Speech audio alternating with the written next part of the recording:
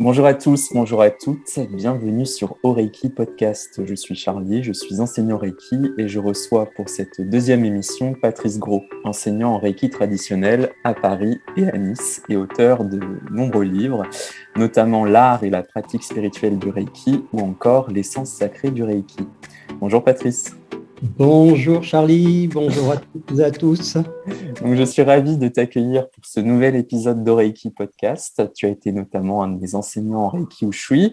Et ce que j'ai retenu de ton enseignement a été la dimension spirituelle de la pratique du Reiki, dimension que je n'avais pas totalement cernée dans mon parcours. Avant que l'on parle de cette dimension-là, spirituelle, je vais te poser une première question, pas forcément évidente. Comment définirais-tu le Reiki à une personne qui n'en a jamais entendu parler ? Alors, lorsque tu m'as contacté pour cet entretien, j'étais à 200% persuadé que tu allais poser cette question. Je suis prévisible. Et alors, voilà bien maintenant plus de 30 ans que j'enseigne. C'est vrai, tu l'as cité, écrit pas mal de bouquins. J'ai également participé à la rédaction à l'époque diverses revues sur le Reiki. Elle n'existe malheureusement plus, mais il y avait la lettre du Reiki, il y avait le Reiki entre nous, il y avait Info Reiki. J'ai également répondu à pas mal d'interviews sur des plateaux de radio et autres. Et au jour d'aujourd'hui, je me pose encore la question, comment est-ce que je définirais le Reiki en un temps d'entretien ? Bon. Dans le Tao, on dit le Tao que l'on peut nommer n'est pas le Tao véritable. Et moi, j'aimerais dire que le Reiki que l'on peut nommer n'est pas le Reiki authentique. Tout ce qu'on pourra dire, tout ce qu'on pourra essayer de décrire ne sera qu'une infime partie de ce qu'il représente et sera malheureusement pour défaut de le limiter, de le réduire. Oui, pour vraiment connaître le Reiki, il faudrait être Reiki. Il faudrait sortir du rôle de l'observateur. Il faudrait plonger au cœur du Reiki. Mais si on est Reiki, il n'y a plus de séparation, il n'y a plus quelqu'un qui regarde quelque chose. Et là, il n'y a plus personne pour pouvoir en parler. Donc, soyons tous Reiki et pratiquons, en fait. Allons à le Reiki, c'est un état d'être, c'est une pratique, c'est une dimension, c'est un espace de conscience dans lequel on rentre.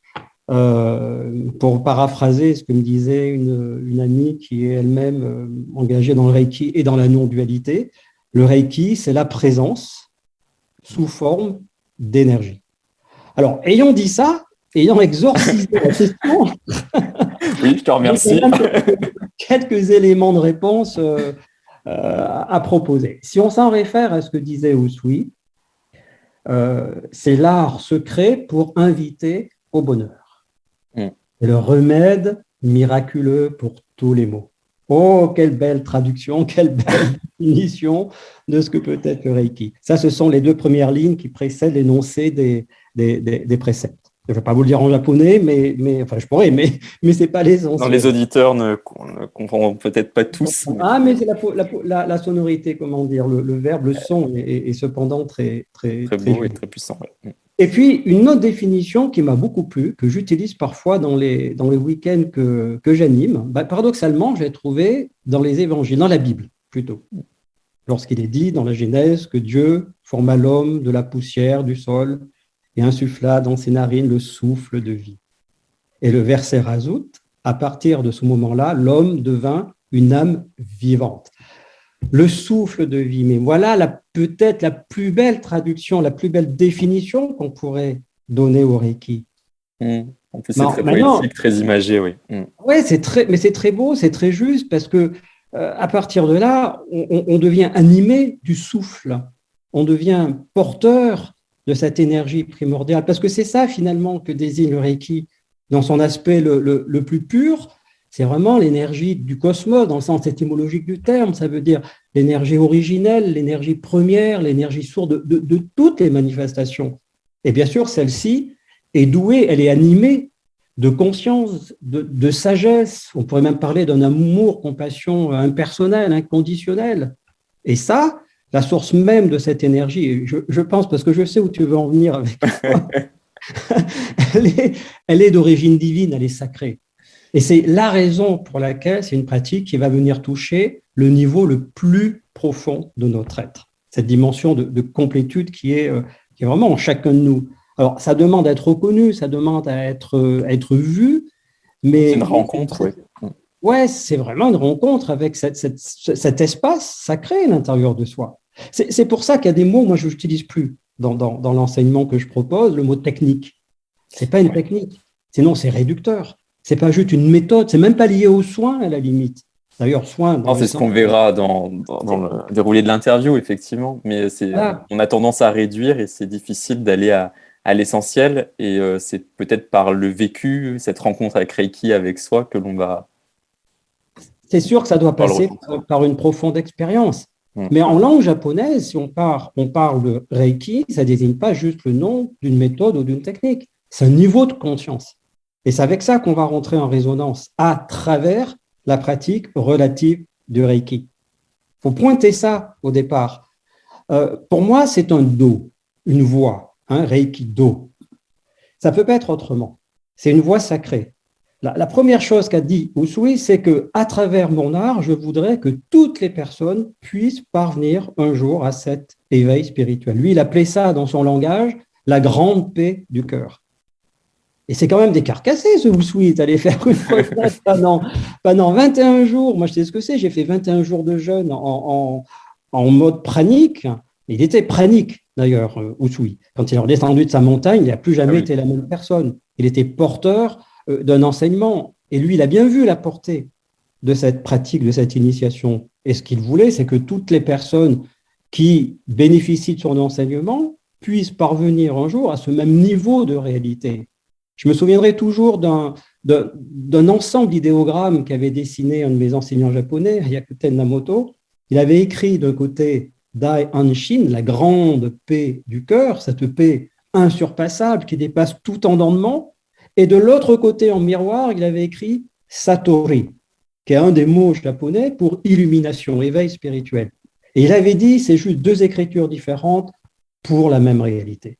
Donc, il ne faut pas perdre de vue qu'il y a une dimension externe, certes, avec toutes les pratiques qui peuvent être enseignées, mais elle part d'une dimension interne. Elle part d'une expérience profonde d'éveil. Ce n'est pas juste un truc énergétique, le Reiki. La portée est bien plus grande. Et c'est pour ça, je me souviens, quand Hyakuten a été invité à Nice, il y a quelques années de ça, il répondait à l'invitation de personnes qui désiraient apprendre son enseignement, son Komyo Reiki, qui veut dire le Reiki de la claire-lumière. C'est une très, très belle expression parce que Komyo, c'est une terminologie bouddhiste qui parle de cet éveil intérieur, de cet état d'illumination. On atteint l'état de clair-lumière. Et il y avait une quarantaine de personnes, et 40 personnes, on peut dire sur les 40, il y en avait 38 qui étaient de mes élèves. Et j'étais très joyeux qu'ils puissent rencontrer Hyakuten. Et à un moment donné, Hyakuten, il m'a pagué là devant tout le groupe, et il m'a dit « Patrisan ». Un peu samouraï de s'adresser à moi. « Patrisan, depuis quand tu as appelé ton enseignement Reiki-Do » J'ai dit, Sensei, c'est depuis toujours en fait, parce que je ne peux pas concevoir le Reiki autre que comme un do, que comme une voix vraiment dans le sens originel, traditionnel du terme. Alors, il m'a regardé, il y a eu un grand moment de silence, il a joint les mains, il a fait Patrisan, Gacho, Gacho. Et après, il est rentré chez lui. Et quand il est rentré chez lui, il a envoyé un mail à tout le monde. Et il a dit, à partir d'aujourd'hui, mon enseignement ne s'appellera plus simplement Komyo Reiki, mais Komyo Reiki-Do. Et je pense qu'il a redéfini le Reiki dans son origine. Et revenir à cette voie qui est chère aux Japonais. Je me souviens d'un maître japonais aussi, Kenji Hanamoto, il disait, mais tout le but du Reiki, c'est d'avoir des aperçus de sa nature profonde. Et quand je enseigne le Reiki, quand je suis dans des retraites, quand je suis auprès de Don Alexander et qu'on fait nos sessions intensives de 3 jours, l'atmosphère que je ressens, mais c'est la même que ce que moi je vivais dans mes pratiques, dans mes retraites bouddhistes. Quand vous êtes au pied d'un grand Rinpoché, qu'il a médité pendant 30 ans dans une grotte, qui dégage ce sentiment, cette présence de paix profonde. Mais moi, c'est ce que je ressens dans le Reiki. Ça ne peut pas être autrement. C'est ça que j'ai envie de partager. Après, la technique, je ne sais pas, moi, la méthode en elle-même, et en une demi-journée, on l'a couverte. Tout le reste, c'est le positionnement intérieur dans lequel on doit se trouver quand on pratique. Qui n'est pas simple à atteindre au départ. C'est vraiment... Oui, et s'il n'y a pas cette qualité d'être, cet alignement, ce recentrage, cette fondation profonde dans la présence, qu'est-ce qu'on va rayonner, qu'est-ce qu'on va émaner? Pas nous en tant que praticiens, mais en tant que, au service de cette énergie. Ça, c'est une très belle expression. J'avais une de mes élèves, elle est décédée malheureusement, c'était une très, très vieille dame. Elle vendait des fleurs sur des marchés. Donc, c'est quelqu'un qui était fleuriste, qui a travaillé toute sa vie depuis son plus jeune âge jusqu'à l'âge de la retraite. Et à côté de chez elle, il y avait un centre bouddhiste. Elle se dit, oh ben tiens, maintenant j'ai du temps, qu'est-ce que c'est? Je vais sonner à la porte, je vais voir de quoi ils causent. Je vais aller méditer avec eux. Et quelqu'un lui a parlé du Reiki. Et on m'a invité à Arcachon. Je suis venu la voir. Et cette personne, elle s'est enthousiasmée par le Reiki. Et elle voulait dédier cette fin de vie pour le bien des autres. Et dire, ben voilà, moi, à travers le Reiki, je trouve que c'est l'expression de ce que je vais pouvoir faire de cette dernière partie de ma vie, dédiée au bien, au bonheur, à la santé des personnes. Et pour se faire connaître, elle avait mis quelques affiches dans le petit magasin bio d'à côté de chez elle. C'est quelqu'un qui avait été bio toute sa vie. Et elle avait marqué un petit dépliant. Il avait marqué au service du Reiki depuis, et elle avait mis la date de sa première initiation. Oh, c'est beau. Et quand vous connaissiez cette personne et l'humilité qui était la sienne, et d'avoir écrit au service du Reiki, waouh! Moi, ça me tellement les préceptes du Reiki, hein, c'est beau. Wow. Ouais. Oui, c'est très, très beau. Et d'ailleurs, je lui ai dit, si tu m'autorises, j'aimerais à mon tour reprendre cette expression, parce que non seulement elle te définit complètement, mais je trouve que c'est le plus bel hommage. On est, quand on est Reiki, on est au service de cette pratique. Ouais. Il y a quand même un panel et en fait, on n'a jamais fini de découvrir ce que c'est que le Reiki, de le définir, de l'ajuster, de le subtiliser. C'est vraiment beau. Vraiment beau.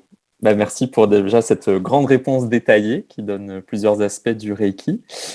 Tu as parlé dans cette première réponse un petit peu de ton parcours. Quand on suit ton site ou quand on lit tes livres, on voit que tu as un riche et long parcours, tu l'as dit, 30 ans. Est-ce que tu peux décrire rapidement ce parcours des débuts du Reiki jusqu'à maintenant? Parce que je pense qu'il y a des comment changements. je l'ai rencontré? Comment le Reiki est venu à moi? Ça, c'est intéressant, ça. J'étais en fin de formation professionnelle, alors qui n'a rien à voir à l'époque, et mon frère lui-même a fait une formation sur Paris. Lui, il a été une des premières personnes en France à pratiquer, enseigner la PNL. D'accord. Et dans ce groupe de personnes, il y avait une des très très rares maîtres de Reiki qu'on avait en France. C'était une des responsables de l'association Reiki Alliance, qui était une des rares, une des seules à l'époque. Il n'y avait pas toute cette palette de diversité dans les enseignements du Reiki. Et il m'a dit la chose suivante, il m'a dit, écoute, je ne sais pas ce que c'est vraiment que le Reiki. Elle a fait une présentation générale, je ne pourrais pas t'en dire plus. Tout ce que je sais, c'est que c'est une belle personne. Et forcément, ce qu'elle fait, c'est quelque chose de beau. Et elle me dit, ce qu'elle a évoqué m'a fait penser à toi, et je t'ai ramené un petit dépliant. Et c'était un petit flyer, comme on dit maintenant, qui présentait le Reiki en quelques mots. Et moi, je me suis fait cette réflexion. Je me suis dit, bon, il y a deux choses. Soit c'est du pipeau, soit c'est une super arnaque. Mais bon, tant pis, j'aurais fait l'expérience. Ça coûtait à l'époque, alors on parlait en France, c'était 1000 francs, 150, 200 euros, le week-end de formation. Et je me suis dit, qu'est-ce que c'est, 150 euros dans une nuit? Bon, si je me suis fait avoir, c'est pas grave. Mais si je ne le fais pas, je peux peut-être passer à côté de quelque chose de vraiment intéressant. Il faut prendre des initiatives parfois dans la vie. Par contre, je me dis, si vraiment ce qui est raconté dans ce dépliant, c'est la vérité, mais alors ça ne vaut pas 150 euros. Ça en vaut 100 000 fois plus. Ça n'a aucune valeur marchande. Ouais. Et ça a été pour moi le départ de cette grande aventure qui m'amène là où j'en suis aujourd'hui. Juste à partir d'un dépliant. Comme quoi, il n'y a pas de hasard dans la vie. Puis même le discours de ton frère qui était beau. Et ça me rappelle... Ça n'a pas été simple parce qu'on a pris rendez-vous par téléphone. Moi, j'étais dans la Drôme à l'époque. Et elle était sur Paris, à Saint-Chéron, en région parisienne. Et elle m'a dit, écoute, j'ai pris contact avec elle, et elle m'a dit, je veux bien te recevoir pour une de mes formations, mais j'attends juste confirmation qu'il y ait un petit peu plus de personnes. Parce que pour l'instant, j'ai eu très peu de demandes. Donc, on avait convenu de se rappeler un certain jour, à une certaine heure. Et puis, j'attendais ça avec impatience parce que je terminais, moi, ce cycle de formation proposée par une chambre de commerce. Et j'avais la date où je partais à Paris faire mon week-end de Reiki si elle était confirmée. Et le surlendemain, en rentrant, je déménageais définitivement de la région de Valence pour m'installer à Nice. Ah oui. Donc, c'était vraiment dans un créneau hyper serré. C'était le week-end ou jamais. Et la personne devait me téléphoner. Et le soir, donc, on s'était donné rendez-vous à 8h30. 8h30, elle n'appelle pas.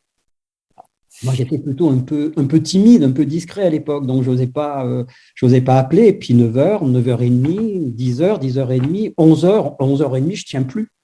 Je prends mon téléphone, je fais le numéro. Tu sais, c'était les combinés à l'ancienne, il fallait tourner sur un écran. Il n'y avait pas de portable à l'époque. C'est la joie de l'appel, ouais. et elle, de son côté, au moment où moi je fais le numéro, elle le fait au même instant. Tu crois ça? Elle le fait au même moment. Donc, je ne sais pas si tu te souviens, mais quand toi, tu fais le numéro de téléphone sur ces anciens combinés et que l'autre en face le fait au même moment, on se retrouve connecté sans que ça ne sonne ni chez l'un ni chez l'autre. Et on est en communication directe. C'est là, la présence. C'est énorme. J'entends une voix. Alors, je fais Jane, Patrice, Jane, c'est toi? Oui, Patrice, c'est toi? C'est excellent. Oui. Et il lui dit, écoute, je ne tiens plus. Et il me dit, moi, j'ai tardé à te répondre, à t'appeler, parce qu'en fait, j'attendais vraiment de savoir si le stage allait pouvoir avoir lieu. Et il se trouve, je suis au grand regret de te dire que je l'annule pour manque de participants. Et moi, d'un seul coup, mais alors ça sort, mais ça fuse de plus profond de mon être. Je me surprends même dire ça. Et je lui dis, mais d'une façon, mais une voix, mais samouraï, quoi. Je serais incapable de la refaire aujourd'hui. Je lui dis, Jane, c'est maintenant ou jamais. Ah oui. Au pétard. Et un long silence au téléphone. Et là, elle me dit, écoute, je ne sais pas ce qui se passe, je ressens ça également. Elle me dit, je n'ai jamais fait de formation pour une seule personne en individuel, mais je sens tellement l'urgence. Je dis, écoute, tu viens et on verra ce qui se passe.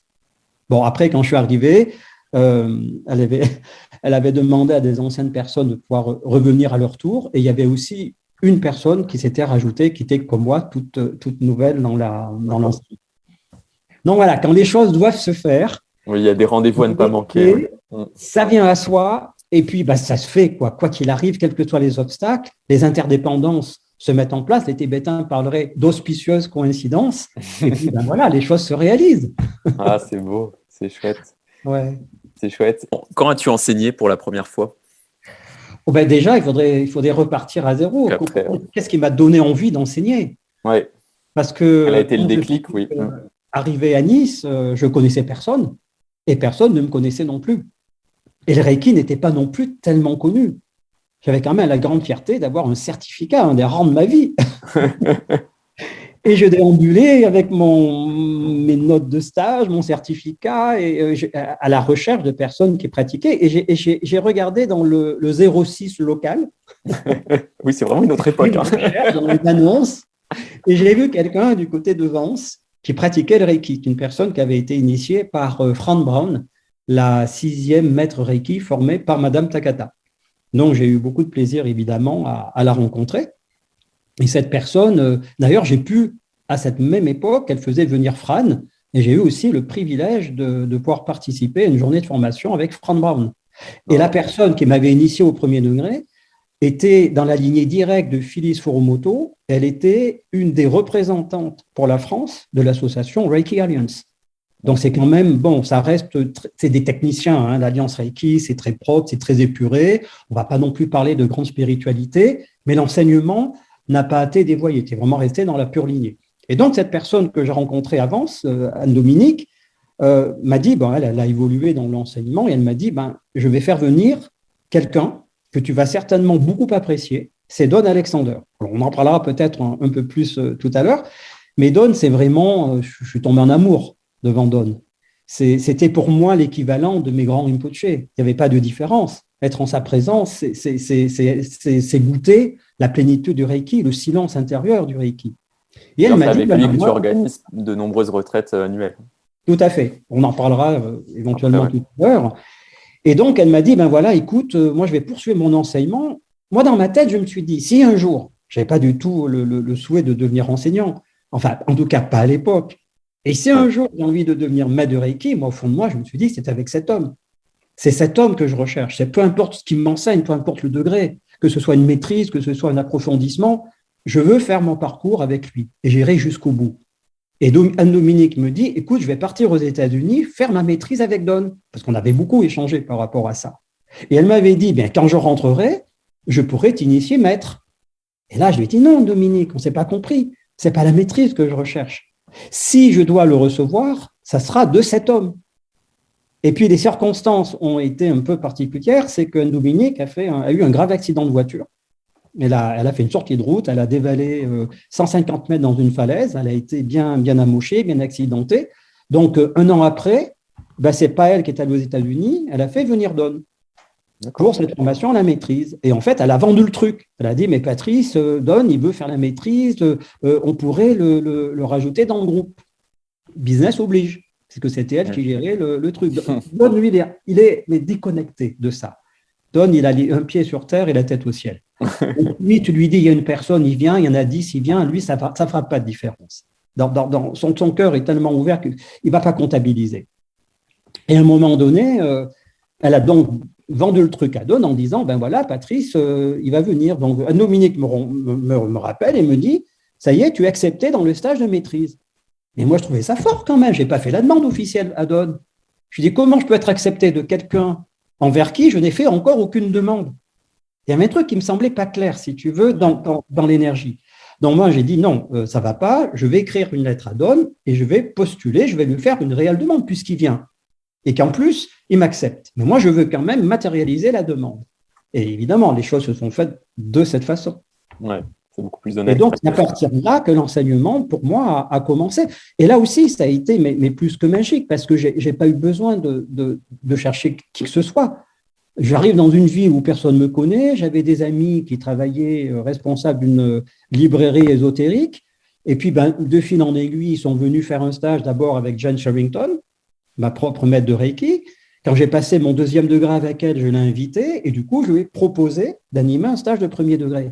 Donc, ils ont vu ce que c'était. Et quand je suis devenu enseignant, après, en fait, les circonstances se sont faites tout seules. Ouais. Comme quoi, ce sont vraiment des rencontres, le Reiki. Des rencontres à soi, des rencontres avec les autres. Mais il n'y a jamais deux. Il faut bien comprendre ça dès le départ. Quand c'est vu, il n'y a jamais deux. Il n'y a que le un qui s'exprime dans cet univers. Le deux, c'est juste une illusion. Donc, on ne fait que rencontrer, je dirais, l'énergie première qui est à l'intérieur de nous. On crée sa réalité à partir de ce qu'on est. Donc après, la vie, c'est une danse. Oui, c'est ça qui est beau. J'aime beaucoup cette métaphore de la danse qui est très parlante. Tout s'active, tout est mouvant et tout se fait naturellement. La danse de l'énergie. Ouais. Ouais. C'est beau. Ouais, quel parcours, et encore, on ne peut pas tout dire parce qu'on pourrait y passer des heures à expliquer un parcours. Mais en tout cas, c'est très intéressant. Et on va revenir un petit peu à cette dimension spirituelle. Donc, depuis que tu enseignes en Reiki, tu fais de nombreuses transmissions, de nombreux week-ends et à Paris et à Nice. Et tu as également écrit plusieurs livres. Se citer en introduction, L'art et la pratique spirituelle du Reiki, L'essence sacrée du Reiki. Tu mets donc en avant cette dimension spirituelle en avant dans ta pratique, dans tes démarches. Pourquoi c'est important? Alors, tu en as parlé un petit peu avant, mais souvent, les personnes vont dire « Ah bah oui, c'est une simple imposition des mains ». Et toi, tu as pris une autre route pour dire « Mais non, en fait, c'est une voie spirituelle ». Pourquoi cette démarche? Parce que le Reiki va favoriser cette nouvelle intensité de vie. Si c'est un dos, si c'est une voie, c'est une pratique. Et on ne veut pas couper le Reiki de ses origines. Sinon, il va manquer quelque chose dans l'enseignement.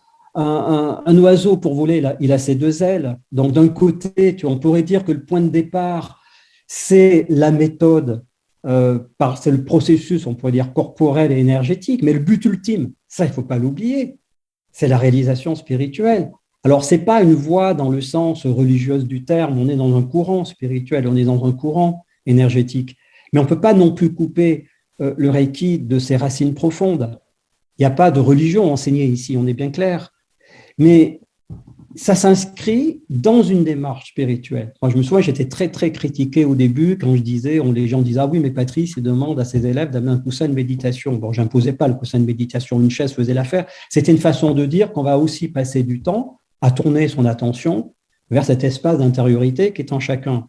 Parce que le Reiki s'est élevé de cette dimension interne pour s'offrir ensuite sous la forme apparente d'une pratique externe. Et puis, lorsque, en 1999, je me suis rendu à Vancouver, c'est la petite fierté personnelle, mais j'étais quand même l'un des rares Européens, et si ce n'est le seul francophone, à avoir assisté à la première rencontre internationale de Reiki auprès d'un enseignant japonais, qui plus est membre de l'association japonaise de Reiki. C'est quand même pas rien. Et la première chose que nous a dit Hiroshi Doi, c'est que la pratique, la dimension méditative, la dimension spirituelle est très importante.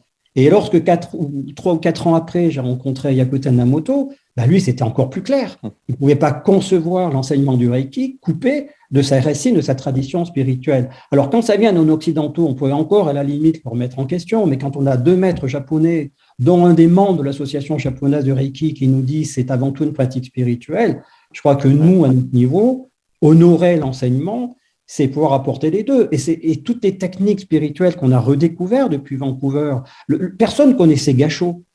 Personne ne connaissait la respiration de l'énergie lumière, où on mêle sa conscience avec cette énergie de conscience éveillée, de lumière, etc. On ne connaissait pas toutes ces pratiques-là. Et ces mêmes personnes qui me critiquaient, maintenant font méditer leurs élèves. Ouais. Et heureusement qu'il y a eu des éveils de conscience, ça c'est important. Et toi, à tes élèves, comment? Parce qu'il y en a qui arrivent et qui n'ont jamais été dans cette démarche spirituelle. Comment tu mets en marche cela? Comment tu arrives à semer ces graines? Moi, je me dis que si elles sont là, ce n'est pas un hasard. Oui. Il y a une demande inconsciente qui les pousse dans une recherche, même si elle n'est pas, comme je dis, conscientisée, elle n'est pas forcément exprimée, elle n'est pas forcément verbalisée. Et combien de personnes m'ont dit, mais moi, il ne fallait pas me parler de méditation. Ouais, il ne fallait pas me parler, que j'étais incapable de rester assis plus de 5 minutes. Moi, je bataille avec mes pensées. Et en fait, au sein du week-end, je leur montre comment poser la conscience. Qu'il y ait des pensées ou qu'il n'y en ait pas, ce n'est pas ça le point. Le point, c'est de retourner la conscience vers l'espace conscient en soi. C'est un espace au sein duquel des pensées peuvent apparaître. Mais ceux qui perçoivent la pensée ne pensent pas. Si vous avez une émotion, l'espace en vous qui perçoit l'émotion n'a pas d'émotion.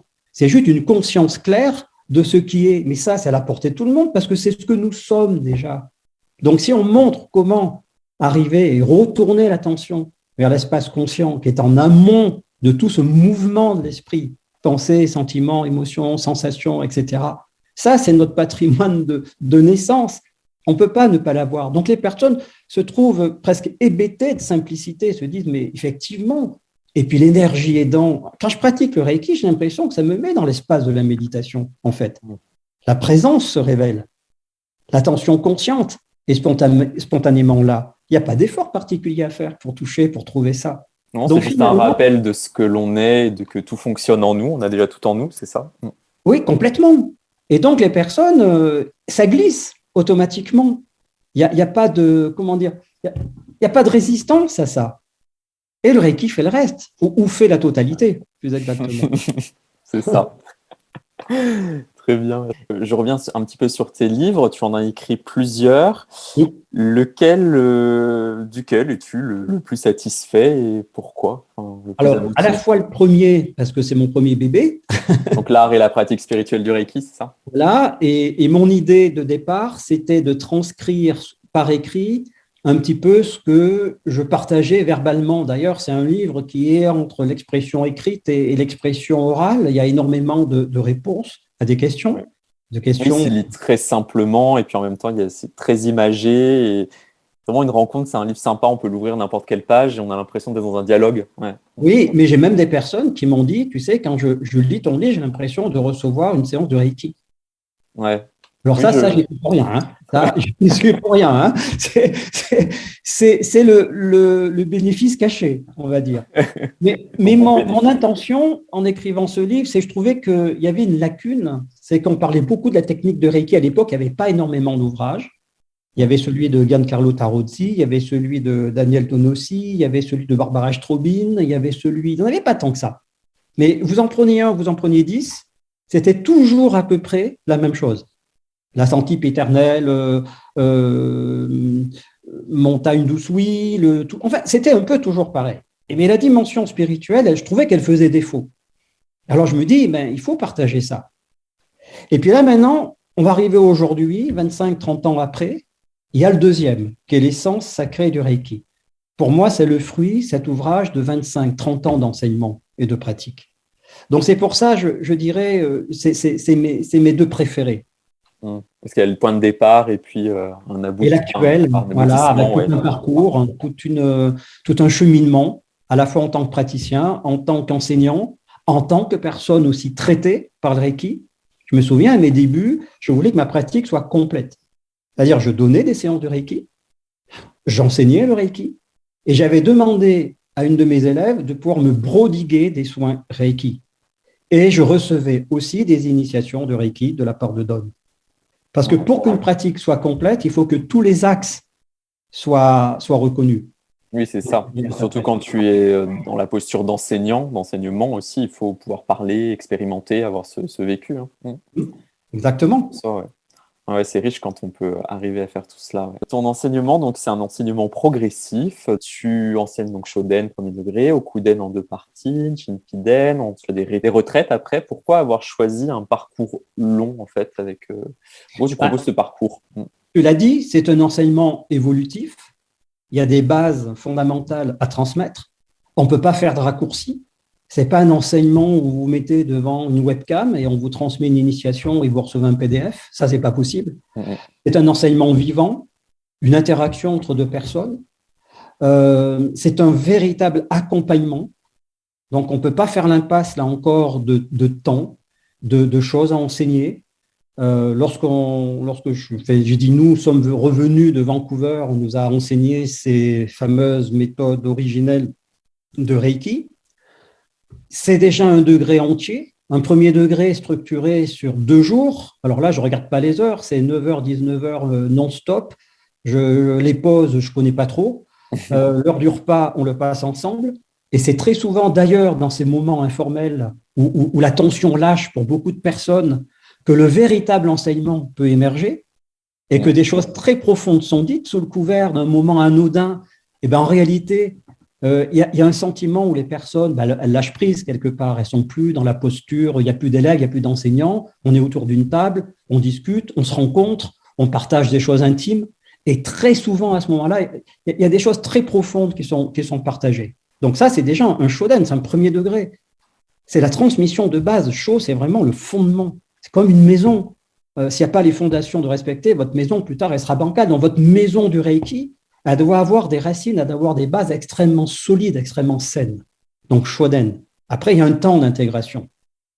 Alors, je ne vais pas imposer, c'est un petit peu comment les personnes le ressentent, mais on va dire un minimum de 3 à 6 mois entre un premier et un deuxième degré.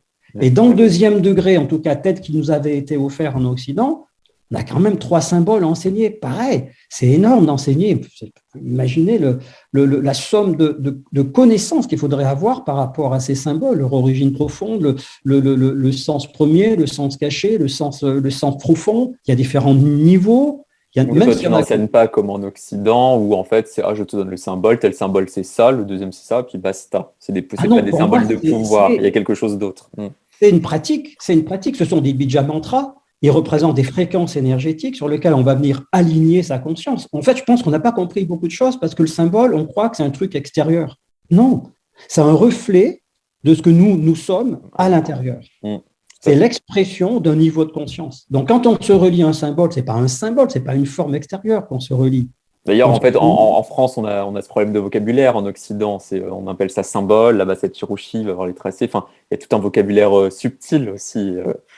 Oui, il faut concevoir le symbole, on ne va pas faire un cours deuxième degré maintenant, mais il faut le concevoir comme un symbole, comme une énergie vivante qui est déjà originellement, fondamentalement présente à l'intérieur de nous, que le symbole va venir comme réactiver et se reconnecter. C'est une reconnexion. Donc imagine 3 symboles, moi c'est 9h, 20h presque. Ouais. C'est très long à enseigner. Et après, il y a une retraite avec Don. Parce que je me rends bien compte que ce n'est pas suffisant. Les personnes, je les vois que finalement qu'une fois dans le deuxième degré, sauf si elles ont la chance de pouvoir revenir. Donc, c'est très court dans un enseignement. Oui, c'est certain. Oui. Donc, après, je crée un partage, les conditions pour que Don puisse venir.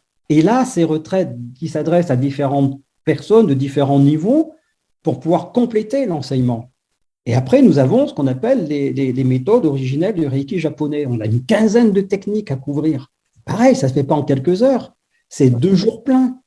C'est une véritable thérapie de groupe parce qu'on enchaîne, on présente la méthode, on la décrit. Moi, je vous décris exactement ce qu'Hiroshi nous a montré, les traductions qu'on en a fait. Il y a le parcours personnel qui a été le mien, l'expérience que j'en ai eue. Faire ensuite participer les personnes par paire, uniquement par 2, pour qu'il y ait un donneur et un receveur. Ensuite, elles témoignent de ce qu'elles ont ressenti entre elles, puis on ramène ça dans le grand groupe. Il y a un partage commun et on fait ça pour une quinzaine de techniques. Mais ça prend 2 jours. Oui, et encore 2 jours, parfois c'est court. Et à la limite, c'est même trop court. Évidemment, c'est trop court. Et après, quand les personnes ont évolué au sein de ces différents DEN, de ces différentes transmissions, alors moi, je les invite à rencontrer Don. Mais un peu comme un passage obligé, parce que je ne peux pas les faire aller plus loin. Et c'est rare d'avoir quelqu'un, actuellement, dans le monde du Reiki, moi, je dirais que c'est la référence de l'enseignement le plus... j'ai presque envie d'en pleurer, là, tu vois, parce que Don, c'est un grand méditant. C'est quelqu'un qui a réalisé le Reiki. Il est Reiki. Et en sa présence, c'est comme une flamme qui va allumer à l'intérieur de nous. Il va transmettre quelque chose par uniquement sa présence. Et parce qu'il l'a incarné, ouais. Il a réalisé l'enseignement. Il l'a incarné complètement. Et ce qu'il transmet, mais quel privilège, mais ce n'est même pas une question de privilège, c'est une grâce, c'est une bénédiction de pouvoir le rencontrer. Et je sais que beaucoup qui nous écoutent ou qui vont écouter cet enregistrement, je pense aux personnes qui ont rencontré Don, vont être touchés par ce que je suis en train de dire. Donc, on ne peut pas concevoir, encore une fois, le Reiki en dehors d'un accompagnement de cette nature-là.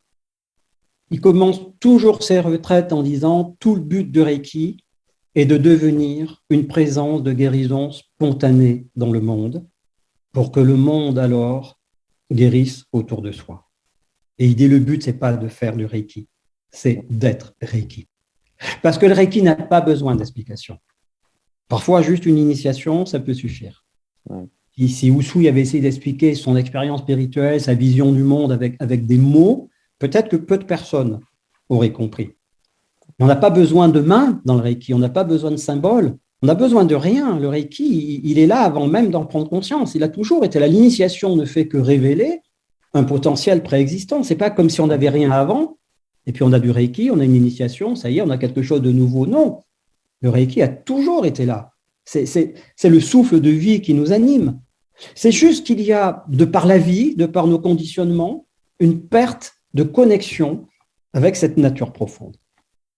Et c'est pour ça d'ailleurs qu'on peut aussi tomber malade. C'est pas la maladie qui est importante, elle reflète juste le fait qu'on est déconnecté de notre essence spirituelle. C'est l'état de santé, c'est ça, l'état de santé initial. Merci pour ce bel échange, ce moment émouvant, ce moment suspendu. Alors, je reviens à cet état d'être, de faire. Quand tu parlais de ta division, si je peux dire, d'Okuden, de ton enseignement, en Zenki, les symboles, et puis après Koki, ces méthodes japonaises qui ont été transmises. Est-ce que ces méthodes, ce ne serait pas être dans le faire? Est-ce qu'on ne quitte pas la dimension de « je suis » et je suis pour aller vers le faire? Alors non, si au préalable, il y a bien, comme j'ai dit, cet enseignement évolutif. Il est clair, je ne vais pas montrer des méthodes où dans un premier degré, on apprend ce que c'est que le non-agir, le non-faire, la non-intention, la non-attente, le non-vouloir, le non-calcul, être pure présence. Et pour ça, il faut établir un cadre, un contexte dans lequel ça peut être reconnu. Moi, j'adore ce que dit Ayakuten. Ayakuten, il a un enseignement extrêmement simple. Il est d'une intelligence incroyable et d'une profonde connaissance de sa culture spirituelle, bien plus que les 3/4 des Japonais. Et quand il enseigne le Reiki, parfois, mais c'est presque enfantin. Il dit quand vous pratiquez le Reiki, c'est très souvent dans l'attente d'un résultat positif, mais en réalité, vous êtes aux commandes de rien. Le Reiki, c'est pose tes mains, abandonne-toi, and smile, souris. Mais voilà, il a tout dit. Voilà, tu es aligné, tu es présent, tu laisses faire. Et là, ça serait trop tôt de montrer des techniques particulières où les mains vont se mettre à danser, à bouger, Si quelque part, c'est au sein du non-agir que ces techniques suivantes vont venir s'inviter dans ta pratique. Ouais. Donc la dimension progressive est vraiment importante là. Ouais. Tout à fait, mais c'est au moment où tu les fais que tu sens si c'est aligné ou pas, si c'est juste ou pas. Parce que de toute façon, quelle que soit la technique que l'on fait, que ce soit le Reiki, Access Bar, que ce soit le... peu importe, c'est celui qui reçoit qui détermine ce qui se passe pour lui. Donc si tu es vraiment à l'écoute, plus tu reçois de choses, plus tu as ça dans ta boîte à outils, plus à un moment donné, l'outil va s'inviter. Tu décides juste à un moment donné de l'utiliser ou pas. Mais il n'y a pas d'intention de faire quoi que ce soit. Tu as une lecture intérieure qui te fait dire, à un moment donné, d'ailleurs, si tu intentes une de ces méthodes japonaises, si ce n'est pas en résonance avec la personne, tu vas voir l'information, tu vas voir le message en retour. Il y a quelque chose en toi qui va te dire, là, tu peux lâcher parce que ce n'est pas ce qui est requis, ce n'est pas ce qui est demandé pour cette personne. Oui, c'est le mot que je cherchais, résonance. Une fois que tu es dans l'être, tu as forcément des effets de résonance et c'est là que tu sais que tout vient à toi. C'est le bon moment ou pas le bon moment. Ouais. C'est su. Il y a quelque chose en toi qui le sait. Ouais, une dimension intelligente, interne, inhérente. Ouais. Tout à fait. Et tu as le message au retour, tu as l'information qui te montre si ce n'est pas adapté ou pas. C'est pour ça que là aussi, il faut prendre du temps pour bien transmettre, bien enseigner ces méthodes. Il y a une compréhension à avoir, il y a une expérience à avoir. J'en viens vers la fin de ce parcours-là. Si l'on veut être enseignant avec toi, donc on a tout ce parcours qui est long, qui est en donc 3 degrés, même 4 si on divise au coup d'aine, 5 si on rajoute les retraites, donc c'est vraiment des rencontres, des expériences, des approfondissements. Tu n'enseignes pas seul, je crois que ta maîtrise est en relation avec Don, justement, double enseignement. Alors, est-ce que tout le monde peut devenir enseignant et qu'est-ce qu'un bon enseignant pour toi? Je ne sais pas. Merci. Non, je ne sais pas. Je ne me considère pas comme un enseignant, en fait, parce que c'est une telle responsabilité de former quelqu'un jusqu'à ce niveau-là que comme tu l'as dit, je le fais en partenariat avec Don. Et je lui laisse le bébé entre les mains. D'accord. Et je lui dis, Don, décide, parce que moi, je n'ai pas la sagesse. Moi, je ressens cette responsabilité d'initier quelqu'un au niveau maître. Parce que cette personne, je ne sais pas ce qu'elle va faire après. En fait, je n'ai pas formé beaucoup de maîtres. Oui, c'est une des questions que je voulais te poser. Ouais. Non pas que je ne veuille pas, non pas que je veuille garder l'enseignement pour moi. La preuve en est, c'est qu'il y a maintenant des centaines de personnes qui ont pu rencontrer Don. Et certains, d'ailleurs, lui ont fait la demande directement. D'accord. Mais très souvent, si on fait un enseignement, on le fait en commun. Alors, il va faire les 2 tiers principaux et moi, je vais faire ce qu'il y aurait à compléter parce qu'il va me demander de contribuer et je vais partager de mon expérience. Mais c'est un enseignement évolutif, la maîtrise. Ce n'est pas un truc qu'on va faire en un week-end. Ça va s'échelonner peut-être sur une année, on va peut-être se revoir, je vais peut-être reprendre des personnes quand c'est possible dans mes propres formations, comme je l'ai eu fait pour certaines personnes, en disant maintenant c'est bien, vous avez fait toute une formation à la maîtrise sur une année, maintenant venez voir comment c'est, maintenant de l'intérieur, commencer d'animer un premier degré et après on va faire un débriefing. Comment ça s'est passé? S'il y a eu quelque chose de particulier qui s'est élevé dans le week-end, comment j'ai pu gérer la situation? Puis un deuxième degré avec les méthodes japonaises, et etc. Donc là aussi, c'est quelque chose qui est un parcours. Moi, c'est pas simple. Pour moi, je me sens, même un 3e degré, même la transmission du Shinpiden, j'ai toujours l'impression de freiner des cas de fer. Je me dis tout le temps, non, mais je ne peux pas faire ça, c'est encore trop élevé, je ne suis pas au niveau, etc. Et puis à un moment donné, je ne sais pas pourquoi, ça lâche. Ouais. Et là, j'ai un enthousiasme, je me sens prêt, je me sens complètement, complètement inspiré. Et là, je me dis, c'est bon, là, c'est le moment, je peux réunir un groupe de personnes pour le Shinpiden. Oui, mais c'est vrai qu'il y a une certaine pression pour bien faire et honorer en fait le Reiki, ceux qui nous l'ont transmis et que c'est pas un parcours qui se fait à la va-vite comme on peut le voir parfois. Et il y a vraiment une dimension interne en soi, toutes ces rencontres que l'on fait qui nous forgent, qui nous forment. Et puis je crois aussi, moi je me suis lancé un petit peu dans l'enseignement comme ça, mais comme ça parce que ça se présentait. Mais je me dis, mais à chaque fois, est-ce que je fais bien? J'ai encore tellement à découvrir. Et c'est vrai que le Reiki, comme tu le dis, C'est toujours un chemin, une voie qu'on ne cesse jamais d'explorer, on ne cesse jamais de se rencontrer non plus soi-même. Donc, c'est vrai que c'est... Tu as dit le mot, c'est honorer un enseignant. Ce n'est pas des stages de formation, on n'est pas, je vais partir à un moment donné de la formation professionnelle continue, le développement des connaissances, l'acquisition des compétences, etc. Non, c'est un stage comme on fait une formation en fin de semaine dans le cadre d'une entreprise. C'est un enseignement, c'est un dos. Je pense avoir fait le tour de mes questions. Je ne sais pas si tu veux rajouter quelque chose qui nous aurait échappé.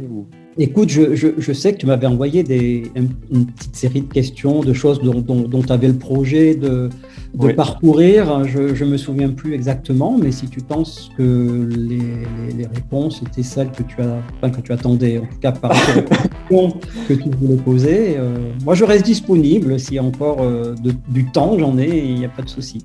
Très bien. Écoute, je te remercie. Nos auditeurs peuvent te retrouver sur reikido-france.com. Tes livres sont disponibles en librairie et en ligne aussi. Et ils pourront suivre les liens sur le site du podcast. Merci à tous, merci Patrice Gros, et je vous donne rendez-vous pour le prochain épisode. Merci à toutes et à tous. Merci Charlie. À tout bientôt.